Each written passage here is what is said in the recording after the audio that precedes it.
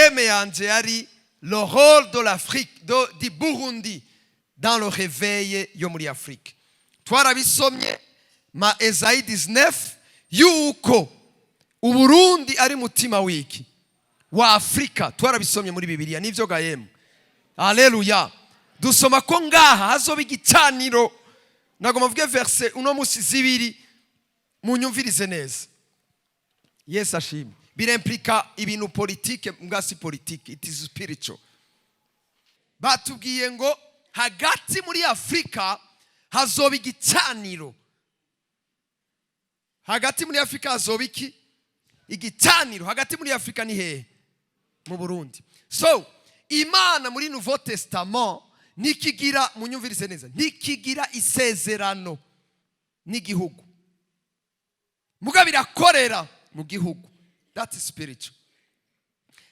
Ni Kayafa cyangwa Kaisari umuherezi mukuru yarinde igihe babamba Yesu. Kayafa yambuye ikoti yiwe, yari umuherezi mukuru, acaratura n'akanwa kiwe ngo uyu mugabo ateye umudugararo Yesu nabambwe hako hopfa abantu benshi we wapfe. So yari umuherezi mukuru à l'époque. Iryo jambo yari gimhemu. Alors que yari umuherezi mukuru niwe yategerezwa gutanga ikimazi gikuraho ivyaha muri Israel. So ico kimazi yarahejeje kuvuga ko Yesu agira apfire isi yose avyatuye. Muratahura. Yesu atarapfa apfira bose. Ngoma ndabizane he. Mw'isi yose igihugu cyacu cy'u Burundi uko bifata Imana guhezagire cyangwa uko bifata kose. Nico gihugu dusa umukuru w'igihugu yahabaye petetre n'uhari hashobora kuba igikorane yatuye gukizwa kudakizwa. Don't ask me.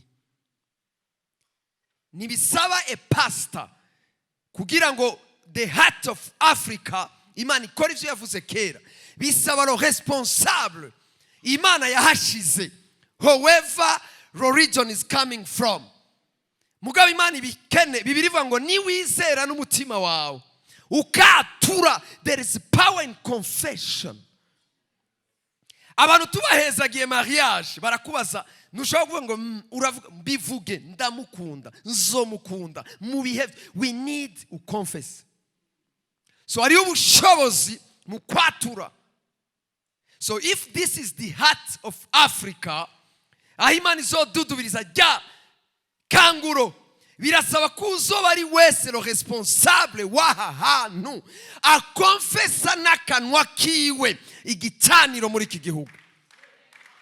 Akonfesa amasengesho muri iki gihugu. Ubikunde ntubikunde azobikonfesa igihe kigeze. So hari abantu bashaka kubareza appartenance politique bakajija ibintu spirituel selon appartenance zabo politique. Ivyo je ntaco bimbwiye. Sauli yari umupagani arondera Dawidi amwici, arungika abasirikare ba mbere basanga Nayote Rama. Saul, David na Samuel bariko barasenga batogota bavugisha. Peroto ya mbere yarigiye kumufata ishikira mu mpemu. Hariyo reveye irikiraba Nayote Rama. Ni Nayote Rama. Bariko baratogota bavugisha. Peroto ishira ibigwanisho hasi. Horiya y'ugufata David bambura inkweto bashira ibigwanisho hasi. Barinzira bafatwa na mpemu wo kuvugisha. Lo reveye irabafata baca batangura gusengana n'uwo bari bagiye gufata. Arungika batayo ya kabiri. Ishitseyo n'ibigwanisho iri très fort. Abakomando bagiye kumufata bafatane nabo yarungise ubwa mbere. Bagishika bumva impwemu ya reveye badepoza ibigwanisho binjira mu masengesho batangura gutogota rabo zakatabaya. Sauli atarungika rero abakosongo batayo iri très fort ya nyuma. Babandi baseruka rukanza bashitse barahindura vision kubera reveye iri très fort gusumba ivyo twize ivyo tuzi ivyo dushoboye nico turi. Bwana asifiwe. Haleluya. abagatatu binjira amase mumve ngene eglise yakuze nkijya batweretse eglise ya Samuel na David plus batayo ya mbere plus batayo ya kabiri plus batayo ya gatatu yari abantu nk'ibihumbi 5 mu mwanya umwe eglise iba y'abantu 5000 nashaka mvuga iki Sauli en personne atavuga ati ndagiye myself as a king ndagiye ako kagabo David n'uyo mukozi w'Imana Samuel ndabereke réveil ije ibije nta muntu ahambaye abaho nta muntu akomeye abaho nta muntu yiza ahambaye nta mutunzi akomeye turarambarara ku kirago tugatogota tugasenga tugahamagara ubwiza bw'Imana tugatangura kurongorwa n'Imana twese haleluya Bibiri tubwira ngo Saul ahagurutse atanguye urugendo ari nko kumusaga bariko basengera mu carama niho yatanguye kuvugishirizo we niyarinze ashika Saul atangura kuvugishwa ashikayo yambura n'impuzu z'ubwami abantu barengana bazi kriwer umuntu mubi nka Sauli abantu barenganye bakavuga ngo mbega na Sauli yari umuvugisha Sauli ni yari muvugishwa yafashwe n'impwemu y'ikanguro hari ikanguro yari kirahaguruka so whenever there is a revival n'abami barakenegwa kubera relation na covenant alliance spirituelle birivuga ngo musengera abarongozi musengera bari hejuru nitushaka kubaha amahoro nk'ishengero tudasengera abarongora igihugu ubakunde ntubakunde uri mu mugambo utawurimo shauri yako ivyo biragusha semeni amena semeni amena ibintu ndiko ndavuga ça n'a rien à voir n'imigambre n'abantu no that's biblical and prophetic and divine Bibiliya Paul yaravyanditse muri Timote sengera abantu bose cyane cyane kubera turakeneye la confession turakeneye kumurongozi wese yatura ivyo Imana yavuze muri Yesayi iki gicaniro kiri mu Burundi si kiwacu nico kubohora Afrika yose amashimeshi ku mwami wacu kandi rero uno musenze kubabwira ko ibintu vyatanguye kuba ibintu biriko biraba let me tell you some truth mundabira ingene abarundi basanzaye kwisi yose that's sugufina gusa bamwe basiko bagiye kurondera amahera that's not money Bwana asifiwe so twasanze ngo abakonseye ejo twasanze ko leadership itegezwa guhinduka Chine yateye imbere kubera lo leadership yabaye strategique mu bihe vy'ubukene n'inzara abantu bayeko barasanzara mw'isi yose bagenda strategically batagiye kurondera amahera bagiye kurondera science technology bagiye kurondera vyose then la jeunesse ya Chine ikigaruka uno musi niyo Chine iriko iraba menace kuri Etats-Unis alors que ya 50 ya 60 70 ans Chine yari mu bihugu bikenye Singapore yangana hafi za n'Uburundi ya 60 ans Singapore irateye imbere sana muri informatique barakomeye hirya yejo twari kuri meme economy muga how they became strategic Bwana asifiwe muramba bari mu nyumvirize sinzi buryo muri ko murumva ikanguro ndiko ndavuga sindi mu ikanguro gusa gibikorane gusa no I'm talking about revival tumaze imyaka ishika 200 batubwira ngo Burundi ngo ni isoko y'ikanguro hari cyonza kubivuga ko ngaho we are responsible ndabwira n'igituma bitaraba kandi Imana yabirekuye kera abantu bamaze hariyo n'abakumuriro bakaza abakozi Imana bataza Uburundi bwaribwo Imana ibarungitse ngaho iya des années ya des dizaines d'années abantu baza barondeza Uburundi kubera ivyo Imana yabarungitse gukora bari mu masengesho mu bihugu vya kure ya 2003-4 umugabo yavuye Trinidad ibintu yatubwiye ntavyo nshobora kuvuga ngaho yabivugiye muri Odeon 2003 nari muri protocole muri Odeon ibintu yavuze biriko birabona umunsi 2003 Bwana asifiwe Bwana asifiwe ndatinye kubivuga mbwa ndabivuga bikaza bitaje mu mbabarire zobibwira apotre bivuge mama we Hallelujah. So when revival, réveil ije, saba si mw'ishengero gusa, no. Igihe cyose ariyo réveil, iba réveil mu bintu byose. Haba réveil y'imhemu, réveil abanyabwenge bakaba benshi, réveil muri business tukagira abadandaza bakomeye, réveil muri technology tugatangura kwinventa ibintu bishasha, réveil muri social, réveil izoba ibintu by'ubuzu buto buto ngabizohera. Iki gisagara cyacu abantu bacibagire. Tanke tutarabona ama etage agera hariya mu kuyarabugarama, not yet. Etazini ama réveil abaye. Ije etazini baita the fathers of the country. N'abakozi b'Imana batanguye etazini. Cyo bituma nuno munsi homosexuel arahira afashe Bibiliya. Murumva iyo paradox. Umupresident agira sinye itegeko rya homosexualité. Iyo bamwimitse bafata Bible bakarahira. Batemera ibiriyo.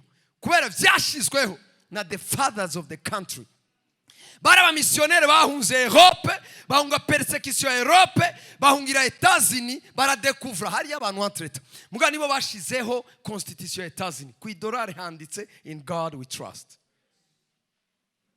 So, tuvuze réveil, tuvuze icyumba cy'amasengesho. Tuvuze réveil, nituvuze ko abantu basenze gusa. The revival is the revival. Réveil no kukanguka. Umukene ntava mu bukene atarakanguka abone kwa Kenya. Ubukene n'ubuvamo butarakujya bukubabaza. Ubujuju n'ubuvamo utaratahura ati ari ibintu ntazi ndakeneye kwiga. Yesu yavuze uzi kwazi ni kijuju. Ariko ngo uzi kwa tazi n'umunyabwenge. Yongera avuga ngo uzi kwabona ni impumyi, ariko uzi kwa tabona ni wabona. Am I talking to somebody here? Umuntu avuga ati simbona mumfashe ndabe uyazomenya byinshi. Umuntu avuga ati hari ibyo ntazi. So gukizwa ni kuba humble. Ugaca bugufi. Ngo ndakeneye umukiza. Mugari y'abantu batubwira ngo kanjete ari university. Ngo kanjete. Akanga gukizwa. Hari abantu nubu ashobora kwibagira ko n'umupastor ko aramubwira ubutumwa no muri sanse cyafise maîtrise. Mwakavuga ngo iby'abakizwa ni by'abantu batagira ubwenge. Alors que le pasteur en question qui te prêche has a masters, they are doctors, pastors, doctors. Now we have. Avuga ngo ni by'abantu batize. Je ashobora kubwira ubutumwa mu Gifaransa, mu Cyongereza, mu Giswahili, mu Kiganda nkabivuga. Ucuvuga ngo ni by'abantu batize. So gukizwa ni humilité, be humble and receive Christ. Vumiri cyabugufi biro cyabugufi wa murushwawe, emera kutabizi, emera kudashoboye, emera ko atacuzoshikako utaronsa umukiza, utaronsa agakiza. Umuntu ashobora kubaka amazu akajera entreprise, mbwa umugore we akamunanira kujera. Umuntu ashobora gukoresha abakozi amajana, ariko umwana wiwe w'umuhungu akamunanira cyangwa umukobwa akavuguruza, akananirwa n'umupeti yivyariye, kandi abandi bamubonye barajugumira. The boss is coming, the PDG araje, amahera akayajera, business amazi ibintu byose vyiwe akabijera, mugabo akananirwa n'urugo rw'abantu bane. Kandi mu gihugu tunamubonye avuze twese turajugumira, abakoresha barajugumira. Hari n'abaprofeseri injira mu ishuri akajugumiza abana muri université, muri secondaire, muri hehe, ariko à la maison hana neno. Joye tuma bamwe na bamwe basuka ishavu ryabo na stress zabo mubo barongoye ku kazi mu ishuri. We ahantu hose aronsa ka autorité gato ku bantu abamariramwo ya faiblesse yuko aho Imana yamuhamagariye vyamunaniye. So réveil irinjira no mungo. Les papas bakagaruka muhira, abamama bakabona abapapa, abana bakabona imiryango, tukagira ibicaniro à la maison.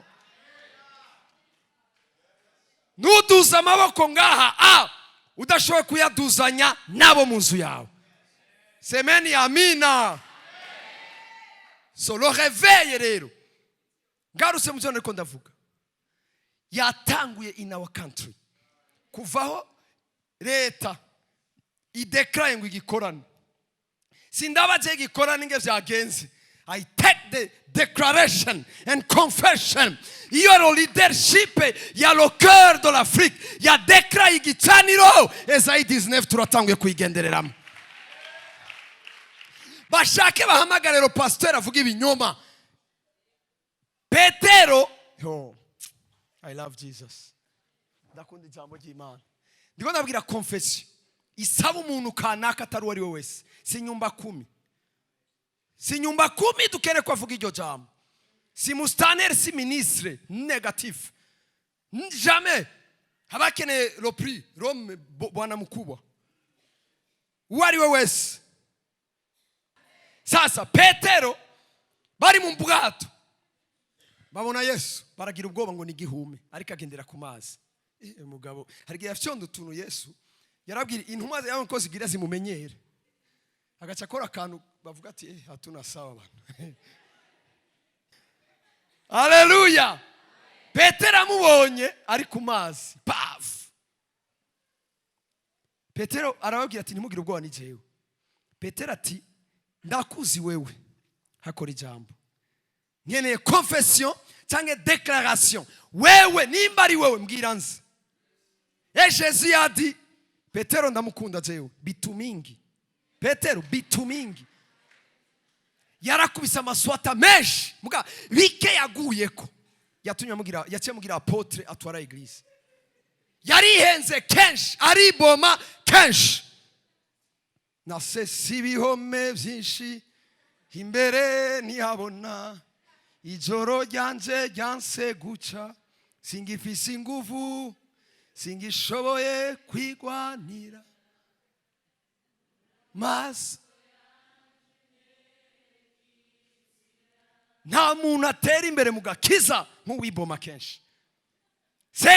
Iyo ugiye gusengera uwapfuye bikanka urwaye azokira. Bazogutwenga, bazokuvuga. Petero aramubwiye ngo kumusaraba tuzojana. Aba yakiteye ipoto Satani vinyuma. Jésus yise apotre bwira umuntu umwe ngaha umubwire ngo Satani vinyuma.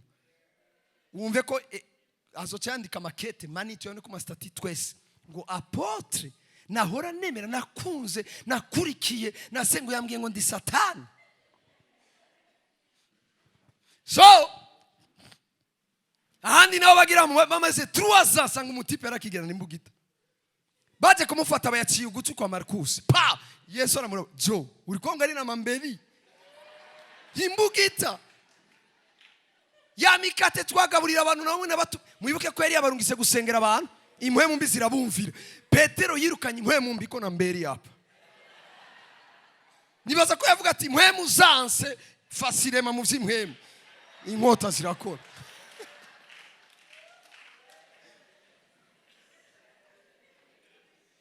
Ahandi arasengera impwemu mbi birangaragaruka Yesu vyanse. We Petero wagiye kujya amafi n'imikate n'ibiki ivyo bisaba kwisonzesha. Wagiye gwahaza. Senga biranga ati bisaba kwisonzesha. Mugandi nawe Yesu aravuga ikintu arico twubakiyeko. Banyita gute? Eliya nande. Petero bayacomosa ariko mwe munyitande Kristo.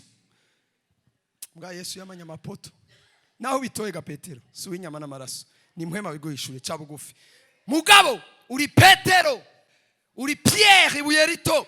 Ariko kuri yo revelation zo kubaka kishengero. Amashi menshi ku mwami wacu. It's all about the confession.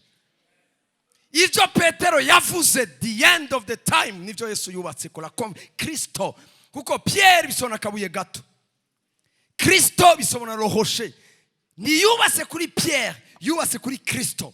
Ariko yo Kristo yubaseko ni revelation Pierre yaronse. Achavuga ndaguhaye imfunguruzo. So Petero amusavye Yesu vuga. Yesu achavuga ingo. Petero achagendera kuri ya confession. Est-ce que muratawe cyo ndavuga cha confession? Burundi c'est le cœur de l'Afrique. Le réveil zovanga. Ditwari dukeneye mu pastori abivuga ko nta mu pastori atwari iki gihugu. Twari dukeneye quelqu'un de grande taille. Imana yashizeho umukunde ntumukunde I don't care. Uwari we nanje, I don't care. I care about what he's going to talk about. Ko tuzogendera kuri iyo confession yuguruye publiquement en spectacle yuko igicaniro Imana yavugishije Yesaya 700 ans avant Jésus-Christ. Ça fait 2700 ans imyaka iheze ivyo vyaravuzwe. Igicaniro cyaramaze gutangura. Uko kiriko kiraba ntumbaze ariko cyaramaze gutangura. Kiriko kiratswa. Haleluya. Ngiro muri kumati gendera muri iryo kanguro rero. Ja kuri ico gicaniro. Nico gituma rero no musi mushaka kumva gahugu kiyadukije ngo abonozorengana taviza kazona abantu nk'amajana ngaye b'abarundi fye hirya yeje abandi bagaca handi paf ukaza mu Bufaransa bwasohoye amabourse 300 our young people that jari kuba strategic kugira igihugu cyacu cinjire mu vy'Imana kigombamo. Beneda, est-ce que je me fais comprendre? Est-ce que muriko muranyumva? Bwana asifiwe. Bwana asifiwe. Ababiponda n'abatabiponda n'abagirana iki kintu mwita diaspora cari mu bintu tugikoze strategically cariko kiratujana mw'ikanguro ryo mu bindi bisata Imana iduhamagariramo. Hari ivyo tudashoboye. Akanyoni katagurutse Imana ikiragurura la jeunesse burundaise. Imana ikiragurusha les gens bakiri fort.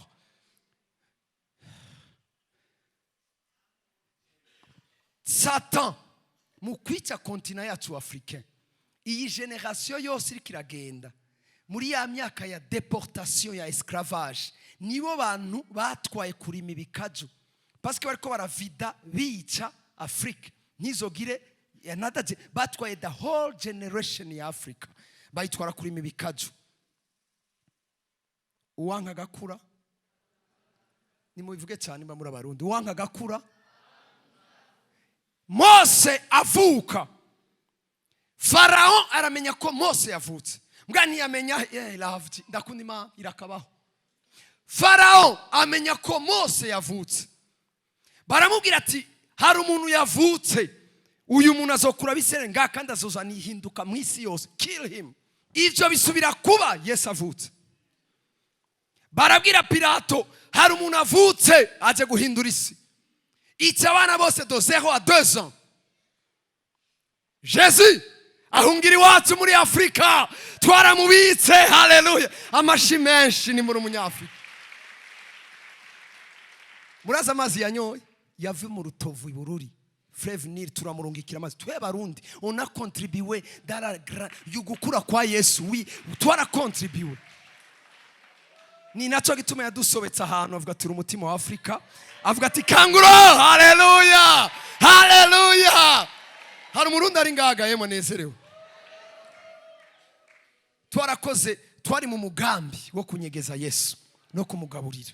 N'ifi yariye yava muri ya mazi twarungitse. N'imirima yindi bari muri irrigation iteye ubwoba barima bakoresheje Nil Egypte yose. Ibiharage yariye, umuceri yariye, ifi yariye, amazi yanyoye. Yesu ijya myaka yose yagaburiwe n'abarundi.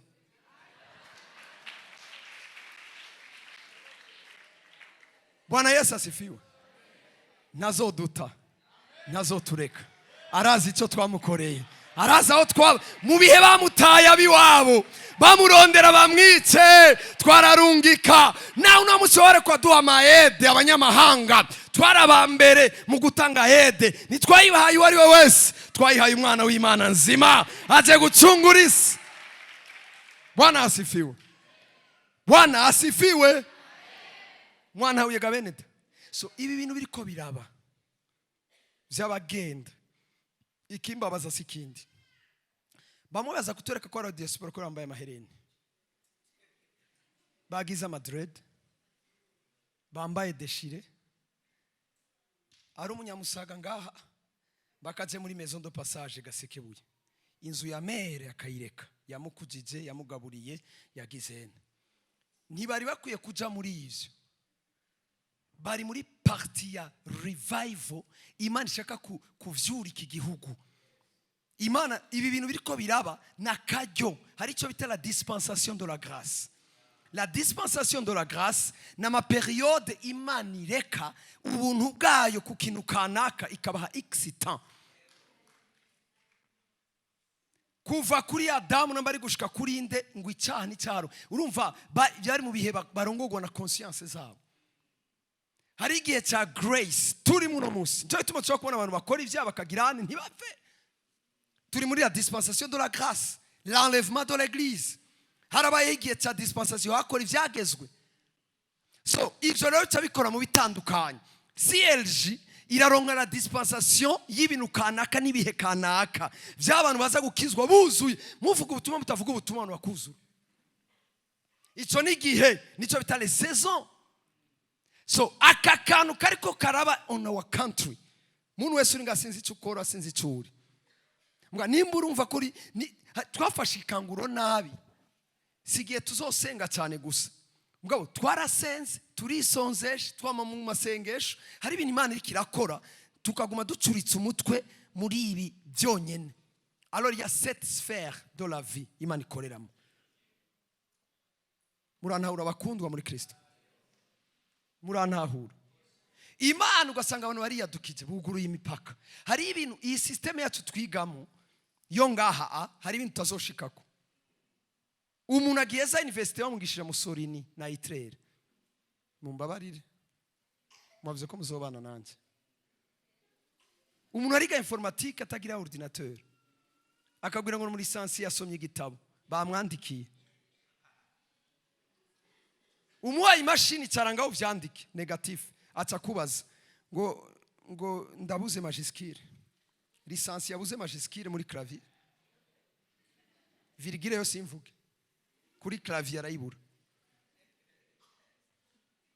Abayitidiye bacu bagitwara isakoshi mu mugongo, isakoshi yo gutwara ordinateur.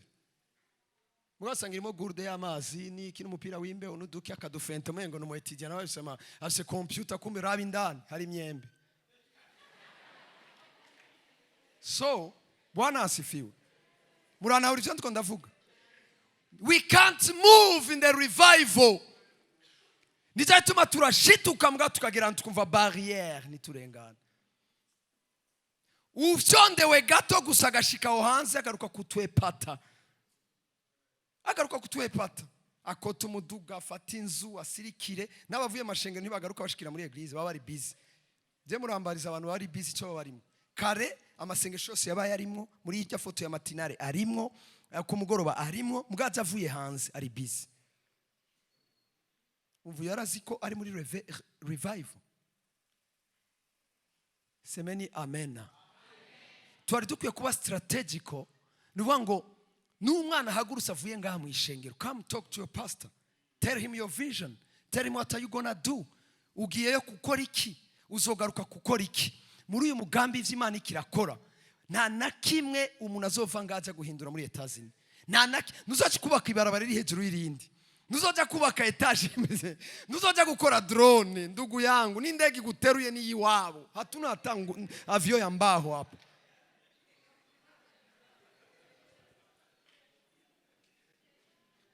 Ce qui nous montre ngo bahamagariwe hanze to do what? Hanze Imana iri kirugurura kubera abantu baje kuronka the strategies to change our country. You will never change those countries. They are already bariko ivyo bari mu musesekara. Etazi nishobora kubwira ko ise ibintu yogaburira abanyamerika imyaka igihumbi. Wogiye kuterera mwiki kuri ibiraya. Bariko barondera kuja kuba mu yindi si. Imana rero kirakora ivyo yari kiterura les filles et garçons. Sinzi igituma navuze abana bapfuye kuri Farao, vuga bapfuye kuri Herode kubera Yesu. Hati the même plan ya Satan. Satan amaze kubona le continent africain, ubutunzi niyo continent tunze kwisi. Niyo continent abantu bakomeye. Abantu mwisiga mikorogo. Mwonona uyu mubiri. Ndanyereye. Oya ega simvuze ngo ndihanye. Nyereye neza nguma. Sindiko ntawe nsavye ikigongo. Bwana asifiwe. Barabivuga bonyene aba scientifique. uru rukoba imana yaduhaye rushobora kuresista klima yose iri ku isi yose no muri Mars twobayo kubera iyi pigment iri ngaha yirabura mwita ngo muraba black. We are not black even, we are brown. This is not black. Mumbona nsa nije nsangu black n'abazungu ntibera mbwa mu bitabera. Iyo ni psychology badukinye. Twiyanke twanka urukoba rwacu, twanka icyo turi, twanka igihugu cyacu, dutakaze identity. You lose your identity, you lose your future, you lose your destiny. Utakaje identity, uratakaje destiny. Icyo mukibika ahantu. So iyo umuntu ariko arakwica akakwica psychologiquement aba ahejeje na future yawe yose. Umuntu akwivye icuri arakwivye ikizoba. So wisize use n'utari wewe uratuviriye mu mugambi we ntituri kumwe. Bwana Yesu asifiwe. So bamaze kubona le diamant inzahabu isiri ngaha babona abantu ingene bakomeye bana abanyabwenge. Nabyo abanyabwenge bose muri kahisi bari abanyafrika. Murabirondera Google, telefone zanyu zifise Google, zifise YouTube, ibyo ndiko ndavuga byose genda ubirondere birimo. Batsa bashaka kudetruiza kontina yacu. Niho baciye baza batwiba la population jeune. Batwara abantu bose hafi 16 ans, hafi 15 ans gushika nko kuri 40 n'abagore n'abagabo biyo myaka baratwaye. So notre continent ikisigara iri vide y'abakecuru n'abatama gusa. Niho kontina yacu yacumbagiriye cyipfira. Ndabaza akabazo. Iya Milan umutwa yacura agakora ikintu cy'icuma muri Milan avyara abana bakagenda barabikora ba develop. Nibariko bageze ahantu bakora imiduga. Je me fais comprendre. Umutwa bumba inkono ariko mugira gushika ku gatase tunywera mu icyayi gakogwa mu ibumba kava mu Bushinwa. Ucunkanga je nguru mu intellectuel ngo wize udashaka kunkorera tasi wisiga irangi basi mu ibumba. Nta bintu twe twabumba turi bato no mu ishuri baratugirisha ubu abazungu baratwisha abana bacu ngo pate ni pata modere twe twabikora mu ibumba n'ivyondo. Bijya bintu biri muri subconscious, ikintu bita subconscious ni ibintu Imana yaduteretsemo. Apana hariyo conscience na subconscient. Hari ibintu biyora bashikira mwese ukabona ibintu mengo wari wabibonye ahantu nawe birashikira ukaba muri evene mukamengo warayibayemo. Bijya nico bita oida. Hari subconscious yacu turamenya ibintu tutavyiza ahantu kubera turafise divinité muri twebwe.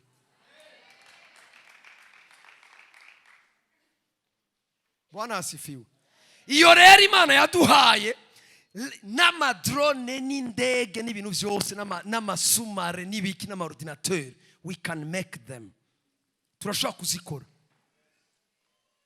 So itatwishe number 1 badutwaye la population jeune. Number 2 batuzanira programme yo kwiga yo kuboroka ibintu tutazi.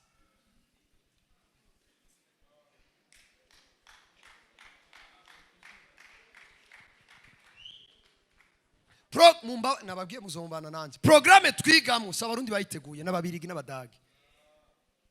Nta kuntu umuntu ashaka kugutwara ikintu aca gutegura ingene uzoba develop. Nico bituma ushobora gusanga umunyeshure muri université yicaye kuva 8h du matin cyangwa yazindutse saa 10 y'ijoro guhonda syllabus inganuko. Agahonda syllabus yanditswe na Nicolas Mayugi ya 30 ans. Mumbabarire mwanyemereye mvuge. Asohose muri campus ni nkokora na long manche. Agaca soka gutya n'igitabo yahejeje. Agaca hagarara akabura ingene makinga 1000 Bou francs. Akabura ingene akora 10000 balles ku munsi. Yarize imyaka n'imyaka yararishe ma minerval. Siwe ariko yiga systeme. Ni systeme mumbabarire ndakivuge neza je nize muri systeme anglophone. Ni systeme twizemo idutegura kuba the job seekers, not the job creators. We were made to seek jobs, to find someone to hire. Ndondera akazi. Mumbabere neza. Ebana, murantahuraga yemwe. Murantahura. Tugasohora un docteur en médecine. Azomara imyaka myinshi. Yakira abantu. Yandika ordonnance. Yandika imiti atari we yakoze. Yakoze abahindi, yakoze abarabu, yavuye muri France. Our doctors, they have just to write. Bakurungika kugura umuti. When are we gonna make doctors who will do ibinini babikore? Imiti bayikore. Benede gushika kuri grippe. Where are our doctors? Where are our engineers? Bateguwe, twigishijwe, handemo menot. Ndazi umwana baduteye inkuru, yahora abwira umuprofeseri wo muri secondaire. Ngo professeur, amuhaye ikibazo ngo nyibutsa akajambo ka mbere unkura amanota 3. Kwera amwibukitse akambere akubita page yose biraha. Twateguwe comme des photocopieuses. Twateguwe nk'abantu baborokorora. We don't create. Beneda mvuga kandi kantu. Unamusi ngo twateye imbere gato. Babaha ibintu bita amatepe. Groupe des étudiants bakarundana ari 20. Tepe gakora umuntu umwe. Ndabeshe cyane ukuri. So when turiko babugururiye inzira tugiye gukora iki? Turiko tufasha iki? Bwana Yesu asifiwe. Aba badutwariye ivyo uno munsi bajya dutwenga ngo nabatwa nibo bari avance ngaha kudusumba. Warakora inkono yikoreye. So uwo murungika mu Bushinwa akiga ingene yokora imashini ifata ryabumba peinture agashiramo peinture akongeramo ibindi bintu yokora amasahani yokora amatase yokora ibiki agakora uruganda akangaje abantu 1000 ikaba company tugahagarika kurangura amatase n'amasahani mu Bushinwa bikaba ivyo ngayi wacu made in Burundi canke ndihenze biriho.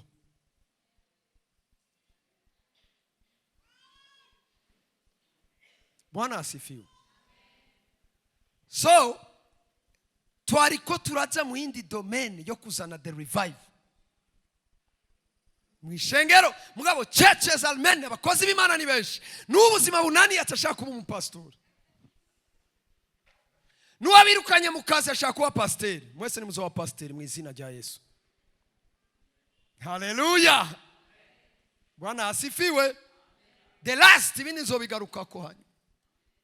Iri kanguro ryavuzwe apotre nirizopfa ryarabaye vrai tukizera abanyamahanga gusumba aho twizera bene wacu. Abarundi turi abantu bakunda abanyamahanga, simvuze kubanka kubizera. Ndashaka kudandaza ikirato nkakidanzazanye n'umunyamahanga ukemera icyo umunyamahanga. Meme na mu bakozi b'Imana no mu mashengero twizera outsiders more than. Imana nizobirekura atari twe duhagurutse. Bwana asifiwe. Bwana asifiwe. Haleluya. Verse rero ya nyuma yavuze ati blessed Africa. Ngo nzokubita Afrika nongere ndahagirene ndahakize. So turi mu bihe byo gukira. Yesu ashimwe. Bwana asifiwe. Haleluya.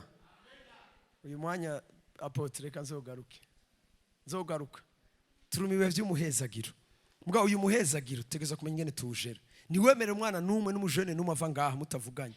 Ugende muvuganya gize alliance n'ikimani murungikiyemo kugira azogaruke guhindura ibintu. Banse tuzobasengera bagarukane ku mamenote. Tuzobasengera abagiye gutumwanya no kunywa imogi n'amadroge. We are the blessed Africa. Unamusi tukiri Africa yavumwe. We are the blessed Africa. Twarahezagiwe turi kumuhezagiro w'Imana. Amashimenshi ku mwami wacu. So atavuga ngo nzocungura Afrika ngo kandi abanyafurika bazompimbaza. Murabibona? They will worship. Nibaheza guhimbaza bazokira. Hariyo healing quelque part. Bwana asifiwe. Yesu nashimwe. Reka dushime Imana.